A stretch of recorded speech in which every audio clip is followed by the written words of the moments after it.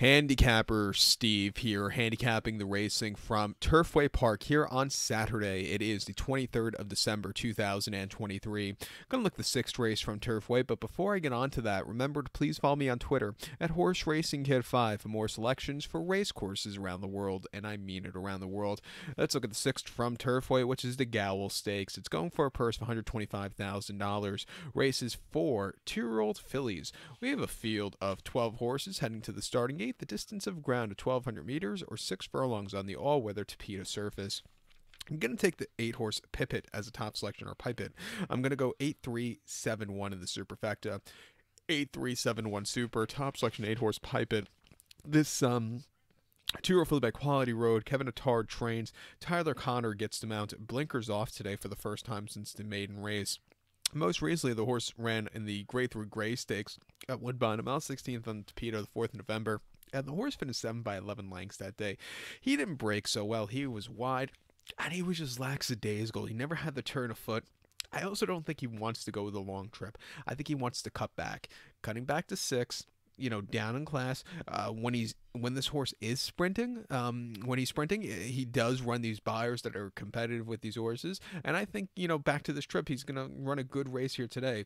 They tried him on the lawn 2 back on the 8th of October at Woodbine. 5 furlongs in her turf course in the Algonquin Stakes. And the horse finished 2nd by a half length that day. And he sat back early, had a bit of a tough inside trip late, but he just missed. Not a bad race. If the race is, say, 5 1/4 furlongs, he would have won by open lengths. But, like I said, not a bad race after all said and done.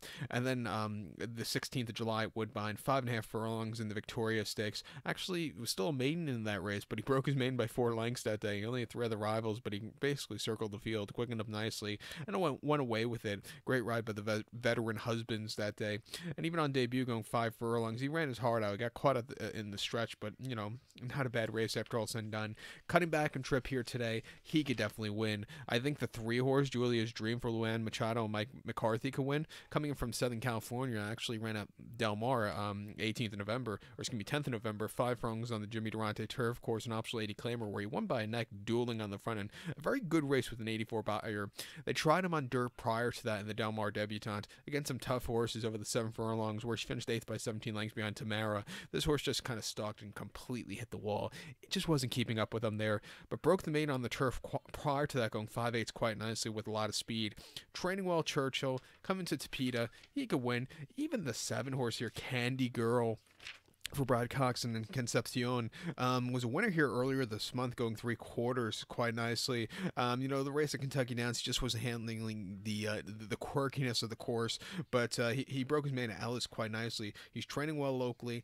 I'll give him a shot here on the quick turnaround. But to recap my selection for the featured 6th race in Turfway here on the Saturday evening, it is the Gowell Stakes. Going to take the 8-horse Pipit. Give kudos to the 3-horse Julia's Dream and the 7-horse Candy Girl. 8-3-7-1 super. 8-3-7 in the multi-race. So good luck to all. Please follow me on Twitter at Horse Racing Kid 5. Good luck, everybody.